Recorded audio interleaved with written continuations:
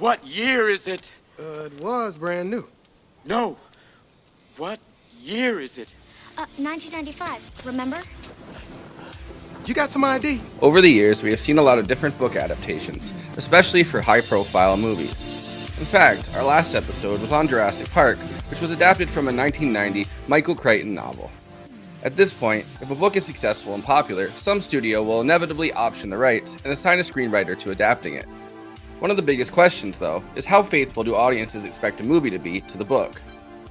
A way for screenwriters to get a ton of creative leeway is to work on an adaptation of a children's book. One of the most popular children's book illustrators, who has had multiple books adapted into films, is Chris Van Allsburg. Van Allsburg is probably best known for The Polar Express, which is a popular Christmas story where a boy boards a train heading for the North Pole that stops outside his house. At the North Pole, the young boy is allowed to ask Santa for anything, and he asks for a reindeer's bell to prove he's been there, but the bell falls through a hole in his pocket on the train. The next day, the bell is left in a box under the tree from Santa. He can hear it, but his parents can't. Tom Hanks optioned the rights for The Polar Express in 1999, and it turned into a passion project which developed into a 2004 film where Hanks plays 5 roles. Tom Hanks read for another Van Allsburg adaptation, but eventually had to turn it down because of scheduling conflicts. That was an adaptation of Van Allsburg's other extremely popular children's book, Jumanji. Jumanji is a picture book about 2 children named Judy and Peter who find a magical board game with the words, "Do not start unless you intend to finish" on it. They decide to play it, and each turn releases wild animals and natural disasters into their house, including a lion, a stampede of rhinos, an explorer, and a monsoon, each one wreaking havoc on the house. Jumanji, a game for those who seek to find a way to leave their world behind. You roll the dice to move your token, doubles gets another turn, and the first player to reach the end wins. You want to play? Van Allsburg says that the word Jumanji came from a Zulu word meaning many effects. The game ends when Judy finishes the last turn and yells Jumanji, and everything goes back to normal. The movie Jumanji took a while to conceive. Originally, Chris Van Allsburg was asked by the producer and Mandalay CEO Peter Guber to draft a screenplay and treatment of his children's book.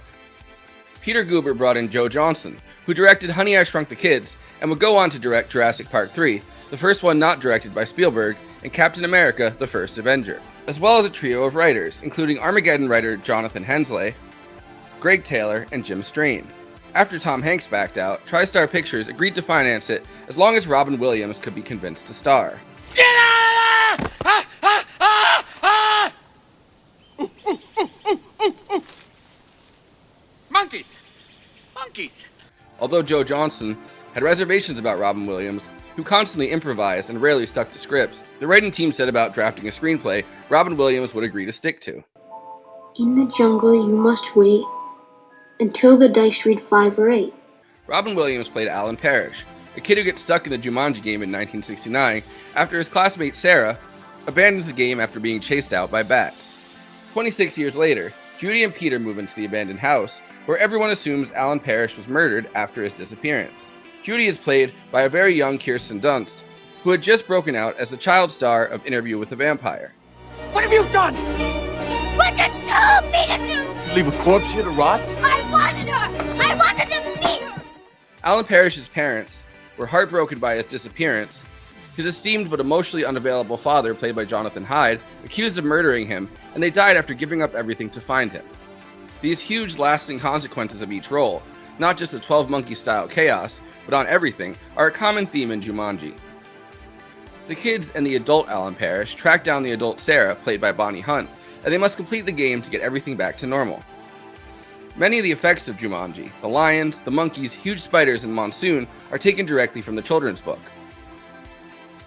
A character also taken from the book, but fleshed out a bit more, is the explorer known as Van Pelt, who is determined to track down and kill Alan Parrish. Aren't you afraid? Terrified. My father told me you should always face what you're afraid of. Van Pelt is also played by Jonathan Hyde and represents a quasi-spiritual representation of Alan Parrish's father's emotional unavailability. But mostly, he just takes advantage of America's extremely lax gun laws to try to hunt him. Now anyone asks, you didn't get this here.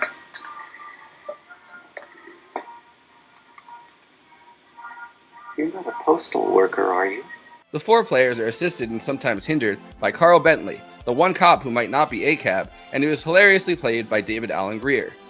The movie invents new threats, including giant mosquitoes who bite people and send them to the hospital, vines that infect people, and a role that turns Peter into a Planet of the Apes style child actor turned child ape. The movie did immensely well at the box office, overtaking Toy Story and bringing in $260 million. It was less well received by critics. The CGI effects do not hold up well, and many of the critics who watched it felt like they were covering up a pretty thin story. On a personal level, I was just traumatized by the size of the mosquitoes. Either one of you know how to drive? No? That's no problem. Well, my dad used to let me back the car down the driveway once.